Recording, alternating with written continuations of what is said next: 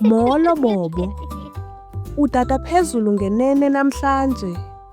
Owu, jonga loo nto, iiplanethi. Kukho iMercury eyona incinci, iVenus eqaqambileyo, uMhlaba kulapho sihlala khona, iMars ibomvu, iJupiter inkulu, iSaturn inemisesane, iUranus ijikeleza kwicala layo, kwaye iNeptune ikwindawo ebandayo.